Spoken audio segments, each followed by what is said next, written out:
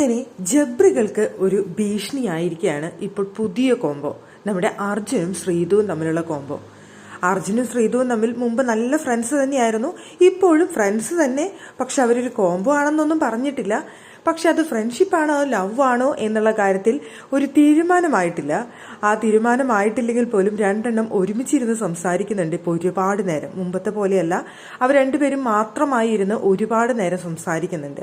അതുകൊണ്ട് തന്നെ ശരണ്യയും അപ്സരയും ഒക്കെ ഇരുന്ന് കളിയാക്കുന്നുണ്ട്, വാരുന്നുമുണ്ട് അവരെ. ഇവിടെ അവരെല്ലാവരും ഒരുമിച്ചിരുന്ന് സംസാരിക്കുന്ന സമയത്ത് അർജുൻ അവിടെ വന്നിട്ട് ശ്രീധുവിനെ അന്വേഷിക്കുന്നുണ്ട്. ശ്രീധുവിനെ കാണുവാനില്ല. അപ്പൊ ശ്രീധുവിനെ അന്വേഷിക്കുന്നുണ്ട്. അപ്പൊ ശ്രീധു പിണങ്ങിപ്പോയി കിടക്കാണ്. വന്ന് അവരിൽ നിന്ന് മാറി പിണങ്ങിപ്പോയി കിടക്കുന്ന ശ്രീധുവിനെ കാണാൻ സാധിച്ചു. അതിനുശേഷം ഐസ്ക്രീം ഒക്കെ എടുത്തുകൊണ്ടുവന്ന് ശ്രീധുവിനെ കൊടുത്ത് പിണക്കം മാറ്റുന്ന അർജുനെയും കാണാൻ സാധിച്ചു. എന്തായാലും എല്ലാവരും അവരെ നന്നായിട്ട് കളിയാക്കുന്നുണ്ട്, വാരുന്നുണ്ട്. കുളിക്കാൻ പോവാണ് എന്ന് പറഞ്ഞുകൊണ്ട് അപ്സരയും ശരണി അവിടെ നിന്ന് പോകുമ്പോൾ അർജുൻ എഴുന്നേൽക്കുമ്പോഴാ നീ അവിടെ ഇരിക്കടാ, നീ അവളോട് സംസാരിക്കാൻ വന്നതല്ലേ എന്നൊക്കെ പറഞ്ഞുകൊണ്ട് കുറേ കളിയാക്കുന്നുണ്ട് എല്ലാവരും അർജുനെയും ശ്രീധുവിനെയും.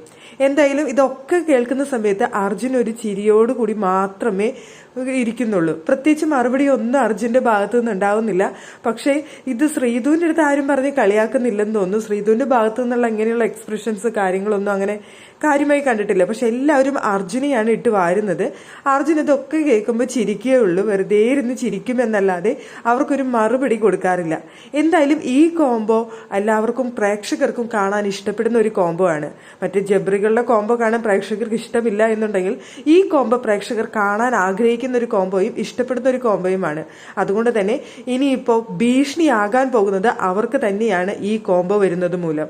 എന്തായാലും അവർക്ക് കിട്ടേണ്ട സ്ക്രീൻ പ്രസൻസ് ആയിരിക്കും ഇനി മുതൽ ഈ അർജുൻ ശ്രീധു കോംബോയ്ക്ക് കിട്ടാനായിട്ട് പോകുന്നത്.